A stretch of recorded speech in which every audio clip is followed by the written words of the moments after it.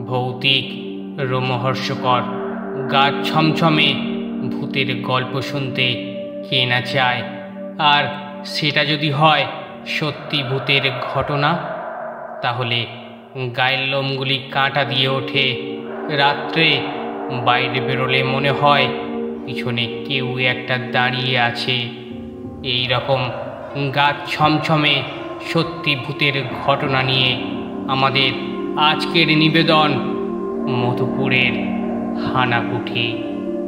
ভালো লাগলে অবশ্যই একটি লাইক দিয়ে চ্যানেলটি সাবস্ক্রাইব করে নেবেন, আর ভালো না লাগলে একটি ডিসলাইক দিয়ে বুঝিয়ে দেবেন গল্পটি আপনাদের মনোভূত ছিল না। তাহলে শুনতে থাকুন মধুপুরের হানাকুঠি।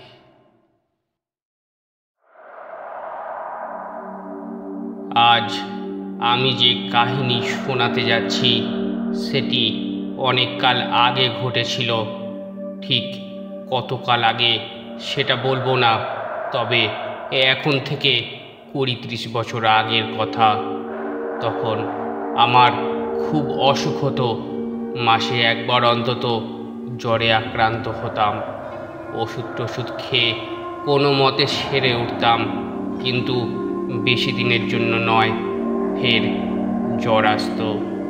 আমাদের পারিবারিক ডাক্তার পূর্ণেন্দু চ্যাটার্জি বললেন, এটা শহরের অ্যালার্জি হতে পারে। কোনো গ্রামে গিয়ে মাস দুয়েক থাকলে হয়তো এই বারে বারে অসুখে পড়া বন্ধ হতে পারে। তিনি বললেন, হরিহর, পারো তো গ্রামে কোথাও চলে যাও। কলকাতা থেকে সে জায়গাটা যত দূরে হবে ততই ভালো। কাছাকাছি একটা নদী থাকলে সেখানে সকালে বিকালে বেড়াবে, যা ইচ্ছে করবে খাবে, তবে খুব বেশি পরিমাণে কখনোই নয়। দুধ খাবে আর প্রচুর দই খাবে। দিন রাতে 2-3 ঘন্টার বেশি পড়বে না। একেবারেই লিখবে না, তবে চিঠি লিখতে পারো পোস্ট কার্ডে। আর যদি গল্প লিখতেই হয় তাহলে দিনে 1 পাতার বেশি কখনো নয়। কোনো ওষুধ খাবে না। আস্তে আস্তে শরীরের প্রতিরোধ ক্ষমতা বেড়ে যাবে। অসুখের চেয়ে ওষুধই অনেক সময় মানুষের বেশি ক্ষতি করে। ডাক্তার তো বললেন কোনো দূরের গ্রামে গিয়ে থাকতে, কিন্তু যাই কোথায়, সঙ্গেই বা যাবে কে? অনেক খোঁজাখুঁজির পর বাবার বন্ধু সুধাংশু কাকা বললেন, ওদের একটা বাড়ি আছে মধুপুরে, সেখানে বছরে 2-1 বার বেড়াতে যান, শীতকালটা বাদ দিয়ে। কেননা ওখানে শীতে ভয়ঙ্কর ঠান্ডা। তা তুমি যদি যেতে চাও তো কোনো আপত্তি নেই। ওখানে রামহরি থাকে, খুব বিশ্বাসী লোক। বললে রুটি তরকারি বানিয়ে দেবে, ডিম মাছ এসব সে রান্নাও করতে পারে। ওখানকার দুধ খুব ভালো, হাওয়াও খুব ভালো। স্বাস্থ্য ভালো করার জন্য কত লোকই তো সেখানে যায়। আমি যাবার আগে বুঝে নিলাম কিভাবে যেতে হয়। একদিন ভোরবেলায় মধুপুরে নিরাপদেই পৌঁছে গেলাম। আর হাসনুহানা কুঠিটিও খুঁজতে খুব অসুবিধা হলো না।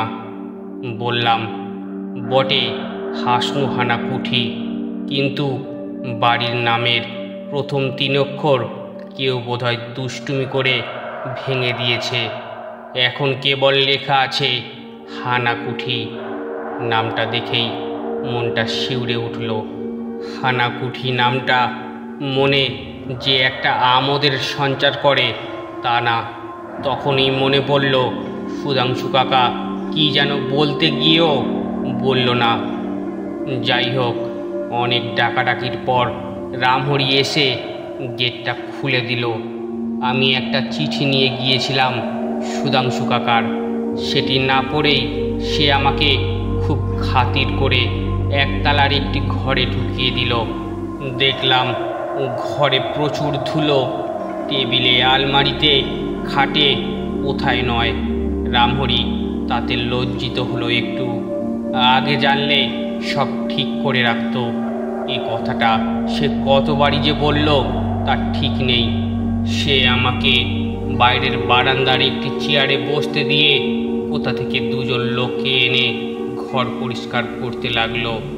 মেজে ধুয়ে দিল পরিপাটি করে, জানালার কাচ ঝকঝকে তকতকে করে দিল, আর বাথরুমটায় কয়েক বালতি জলও এনে দিল। এরই মধ্যে দেখলাম বড় বড় সাইজের 8টা লুচি, সঙ্গে আলু ভাজা আর পাটালি গুড় এনে সামনে রাখলো একজন ঘোমটা পরা মহিলা। বুঝলাম ও হলো গিয়ে রামহরির স্ত্রী। ও অত বড় লুচি একসঙ্গে অত আমি জীবনে খাইনি। গোটা চারেক খাওয়ার পর থালা সরিয়ে রাখলাম। আধ গ্লাস জল খেয়ে চায় চুমুক দিয়ে বুঝলাম চায়ের ব্যাপারে রামহরিদের রুচি আছে। চমৎকার চা। ঘরে ঢুকে সত্যি মোহিত হয়ে গেলাম। বিছানাটাও চমৎকার। পায়ের কাছে ভাঁজ করা কম্বল, সাদা ধবধবে বিছানার চাদর, বেড কভারটা ভাঁজ করে রাখা পাশেই। রামহরি ঠিকই ভেবেছিল যে আমি যখন সারা রাত ধরে এসেছি তখন একটু গড়িয়ে নেব। দেখলাম ঘরের কোণে একটা বইয়ের বড় তাক, তাতে বাংলা ইংরাজি কত বই। আমিও কিছু বই এনেছিলাম, সেগুলি বের করে টেবিলে রাখলাম। সঙ্গে ছিল একটা পঞ্জিকাও। এটি আমার মায়ের কীর্তি। আমার মা আমাকে বলে দিয়েছিল প্রতিদিন পঞ্জিকা দেখে সেই মতো কাজ করতে। যেমন যেদিন উত্তরে যাত্রা নিষেধ সেদিন যেন কোনো মতেই উত্তর দিকে না যাই, যেদিন বেগুন খাওয়া নিষেধ সেদিন যেন আমি এক টুকরো বেগুনও না খাই। মা জানতেন আমি বেগুন পোড়া আর ভাজা খুব ভালোবাসি। তা সেই পঞ্জিকাটা তুলে টেবিলের ওপর রাখলাম। ওই পর্যন্ত কে আর ওইসব আজে বাজে সংস্কারে আজকালে বিশ্বাস করে। আমি ঘরের তাকের কাছে গিয়ে বইগুলো এক ঝলক মোটামুটি দেখে নিলাম। আমার পড়ার মতো অনেক বই আছে সেখানে। তাছাড়া আছে পুরানো দিনের বাঁধানো প্রবাসী ভারতবর্ষ, শনিবারের চিঠি, এক খণ্ড। বাঁধানো শনিবারের চিঠি নিয়ে বিছানায় শুয়ে কয়েক পাতা উল্টাতেই ঘুম বেশ জোর চেপে এলো। শনিবারের চিঠি পাশে রেখে দিয়েই ঘুমিয়ে পড়লাম। ঘুম ভাঙল সেই বেলায় 1টায়। তাও ঘুম নিজে নিজে ভাঙেনি। রামহরি ঘরে এসে আমাকে তাড়াতাড়ি উঠতে বলছিল চান করার জন্য, কারণ সে জানালো দুপুরের খাদ্য প্রস্তুত। গরম জল দেওয়া ছিল বাথরুমে। চান করে নিলাম তাড়াতাড়ি। খাওয়া দাওয়া ভালোই হলো। আলু কপির তরকারি, ছোলার ডাল আর সরু আতপ চালের ভাত, আর একটা কাঁচের বাটি ভর্তি দই এবং প্লেট ভর্তি কালাকাঁদ। খেয়ে দে ফের ঘুম, ফের রাতের খাওয়া, আর সঙ্গে সঙ্গে আবার ঘুম। রাত্রে অবশ্য ঘরে কি একটা আওয়াজ পেয়েছিলাম, খসখস করা আওয়াজ একটা। ঘুম ঠিক ভেঙে যায়নি, তবে মনে হচ্ছিল ঘরে একটা কিছু যেন আছে। বড় ইঁদুর, কিংবা হয়তো চামচিকে, কিংবা বিড়াল বা বাদুড়ও হতে পারে। একবার মনে হয়েছিল উঠে পড়ি, কিন্তু ইচ্ছের সঙ্গে শরীরের যোগ ছিল না। শরীর এতই ক্লান্ত ছিল যে ফের গভীর ঘুমে অচেতন হয়ে পড়লাম। সকাল 8টার আগে ঘুম ভাঙল না। সকালের মিষ্টি রোদ্দুরটা বেশ লাগলো। রাত্রে আওয়াজের কথা তখন মনেই পড়ল না। বাথরুম থেকে বেরিয়ে বারান্দায় গিয়ে বসলাম, আর প্রায় সঙ্গে সঙ্গেই রামহরি খাবার নিয়ে গেল। বড় বড় লুচির সঙ্গে আলু আর বেগুন ভাজা। চা সহযোগে খেতে খেতে মনে পড়ল মায়ের কথা। আজ পঞ্জিকাতে কি লেখা আছে কে জানে। বেগুন ভক্ষণ যদি নিষিদ্ধ থাকে তাহলেই তো ঝামেলার ব্যাপার। ইচ্ছে করেই আর পঞ্জিকাটা দেখলাম না। এই সব পঞ্জিকার কথা মতো চলেই তো এই দেশের এই হাল হয়েছে। খাওয়ার পর বেরোলাম ঠিক যাকে বলে যেদিকে দু চোখ যায়। সবই তো আমার কাছে নতুন, সবই তো দেখার জিনিস। একটা ব্যাপার দেখে আমার ভালো লাগলো। মাত্র একদিনেই আমার গায়ে যেন বেশ জোর বেড়ে গেছে। কলকাতায় আগে 2-3 স্টপ যেতেই ট্রামে চড়ে বসতাম, এখন 2 কিলোমিটার গিয়েও মনে হলো আরও যাই আরও যাই। রাস্তা বেশ ফাঁকা, লোকজন কমই মনে হলো, শীতও খুব। রাস্তায় যেতে যেতে দেখি একজন বৃদ্ধ ব্যক্তি লাঠি হাতে নিয়ে ধীরে ধীরে আসছেন। আমি পাশ কাটিয়ে চলে যাব ভাবছি, উনি বললেন, এদিকে নতুন বুঝি?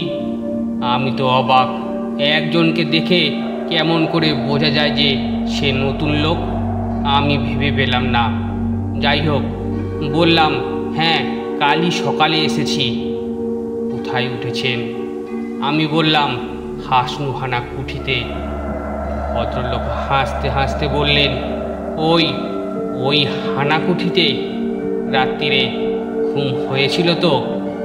আমি তো ভারী অবাক, বললাম, হ্যাঁ, চমৎকার ঘুম হয়েছিল। ভদ্রলোক বললেন, সুধাংশুর বাবা শীতাংশু আমার বন্ধু ছিলেন, বড় ধর্মপ্রাণ লোক ছিলেন। সুধাংশু তোমার কেউ হয় নাকি? আমি বললাম, সুধাংশু কাকা আমার বাবার বন্ধু। আমার শরীর খুব খারাপ হয়ে যাচ্ছিল, তাই ডাক্তার আমাকে শহর ছেড়ে দূরে কোথাও যেতে বলেছিলেন। চেনা কারোর সন্ধানে বাড়ি ছিল না, তাই সুধাংশু কাকার এখানে একটা বাড়ি আছে শুনে তাকে বলায় তিনি রাজি হয়ে গেলেন আমাকে থাকতে দিতে।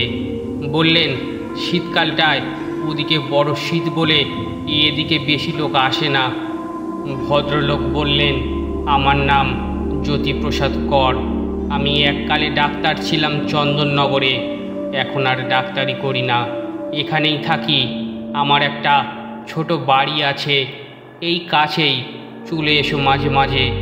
আচ্ছা, একটা কথা জিজ্ঞেস করি, এখানে আসার আগে সুধাংশু তোমাকে কিছু বলেনি? মানে ওই হানাকুঠি নিয়ে? আমি বললাম, না তো, কি বলবেন আবার? জ্যোতিপ্রসাদ বাবু বললেন, বলা উচিত ছিল। সুধাংশু ভালো লোক, কিন্তু দায়িত্বেরও অভাব আছে।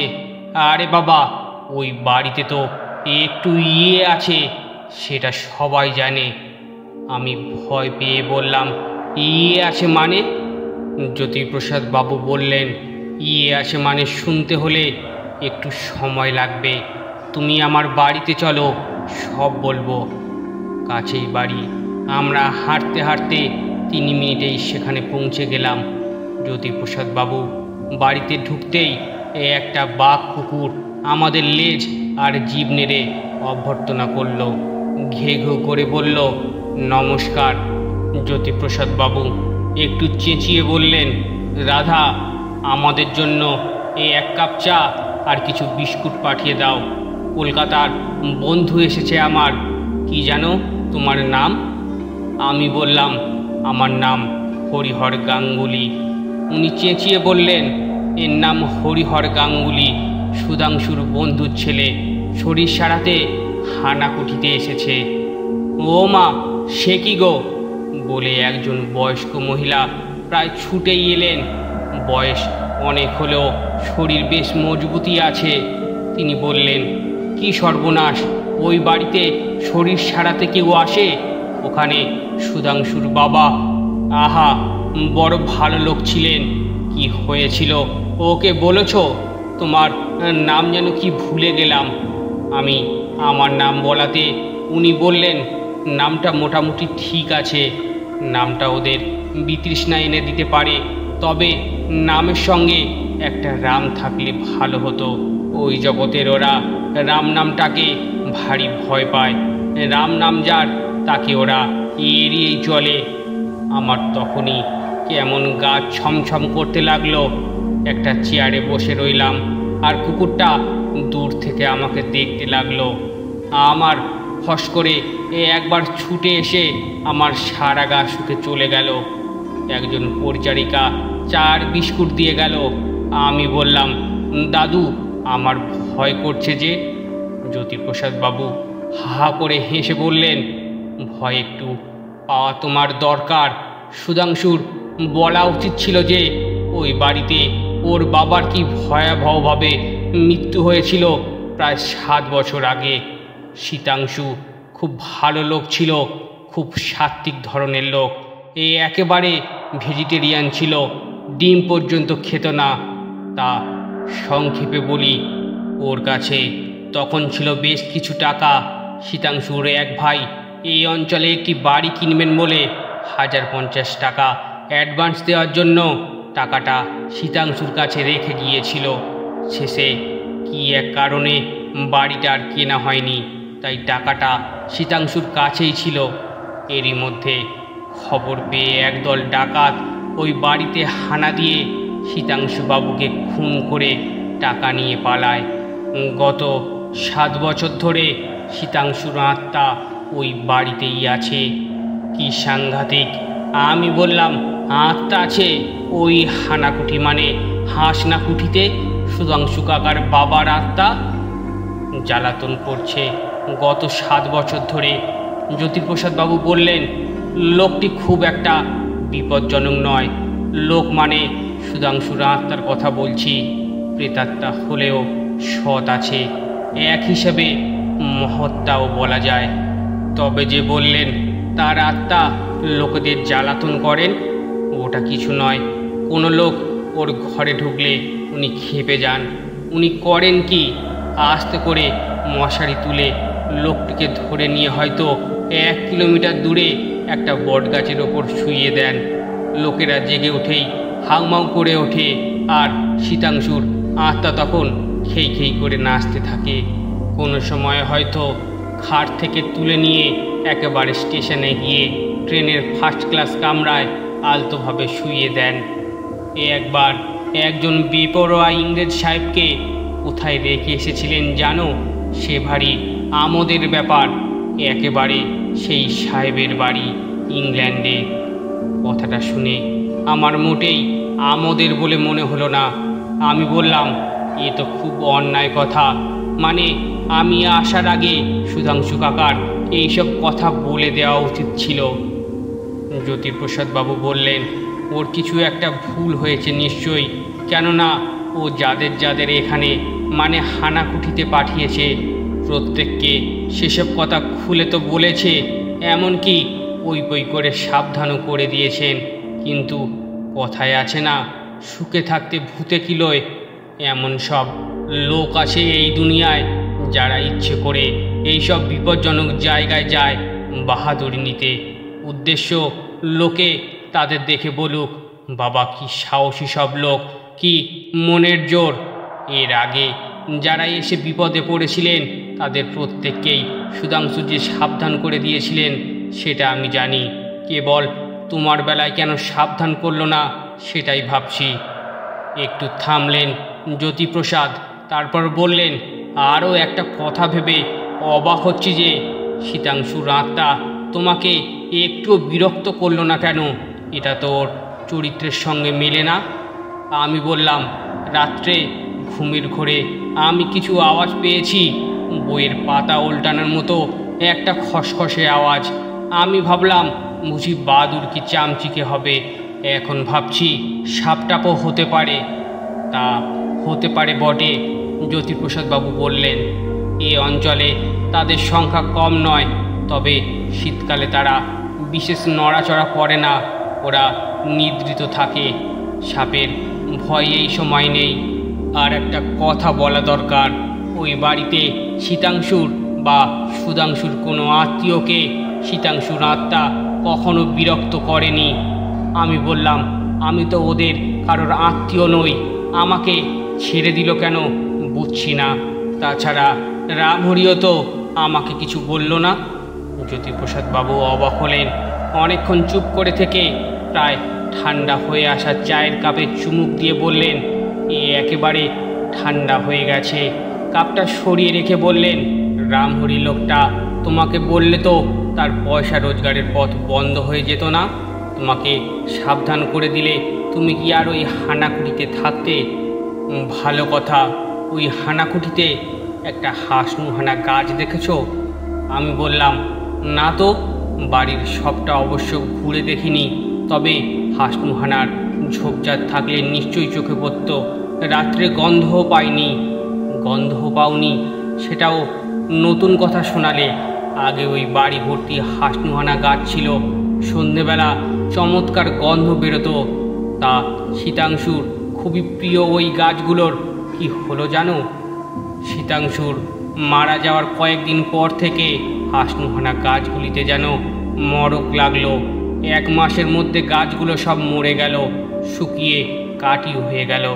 রামহরি ওই গাছগুলো কেটে একদিন আগুন লাগিয়ে পুড়িয়ে শেষ করে দিল। তার জায়গায় কিছু মরশুমি ফুলের চাষ করলো। কিন্তু একটা আশ্চর্য ব্যাপার দেখা গেল। রোজ সন্ধ্যায় হাসনুহানার গন্ধ পাওয়া যেতে লাগলো ওই বাড়িতে। সে এক আশ্চর্য ব্যাপার, গাছ নেই, ফুল নেই, অথচ গন্ধ আছে। আমার বোধহয় শরীর কাঁপছিল। আমি বললাম, দাদু, আমার শরীর খুব খারাপ, কয়েক বছর ধরে ভুগছি। আমার ওজন ছিল প্রায় 75 কেজি, এখন দাঁড়িয়েছে 60। মাসে কয়েকদিন বিনা কারণে জ্বর আসে, রক্তে কিছু জীবাণুও পাওয়া যায়। আমি ডাক্তারের পরামর্শে এখানে থাকতে এলাম শরীর সারাবো বলে। কিন্তু এখানে থাকলে যদি ভয়েই মারা যাই তাহলে কি হবে? আমি প্রায় ভেঙেই পড়লাম। জ্যোতিপ্রসাদ বাবু আমাকে বললেন, তোমার ওই বাড়িতে না থাকাই ভালো বলে মনে করি। কাল রাতে কিছু হয়নি ঠিকই, হয়তো শীতাংশুর আত্মা অন্য কোথাও ছিল। যাই হোক, খুব বাঁচা বেঁচে গেছো। অবশ্য শীতাংশু কাউকে মেরে ফেলেনি, তবে ওর স্বভাবে ইয়ার্কি ভাবটা আসে বটে। মরেও ইয়ার্কি ছাড়েনি। কেউ মরেনি, কিন্তু মরতেও তো পারত না। তুমি ওই হানাকুটি ছেড়ে দাও। যদি কিছু মনে না করো, তুমি আমার বাড়িতেই থাকো। তুমি আমাকে দাদু বলে রেখেছো, তুমি দাদুর বাড়িতেই থাকবে। আমরা বাড়িতে স্বামী স্ত্রী থাকি। এখানে আমার সারাটা জীবন কাটলো, আর ডাক্তারি করি না। এখানে ভালো ডাক্তার অনেক আছে। আমার অবশ্য একেবারে ডাক্তারি ছাড়ার উপায় নেই।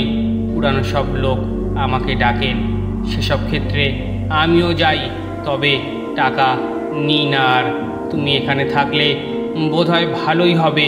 তোমার শরীরের সমস্যাটা একটু বুঝতে পারবো। কি রাজি? হরিহর কি জ্যোতিপ্রসাদ বাবুর বাড়িতে থাকবে? জ্যোতিপ্রসাদ বাবু কেনই বা রেখে দিতে চাইছেন হরিহরকে? হানাকুঠির রহস্যটাই বাকি।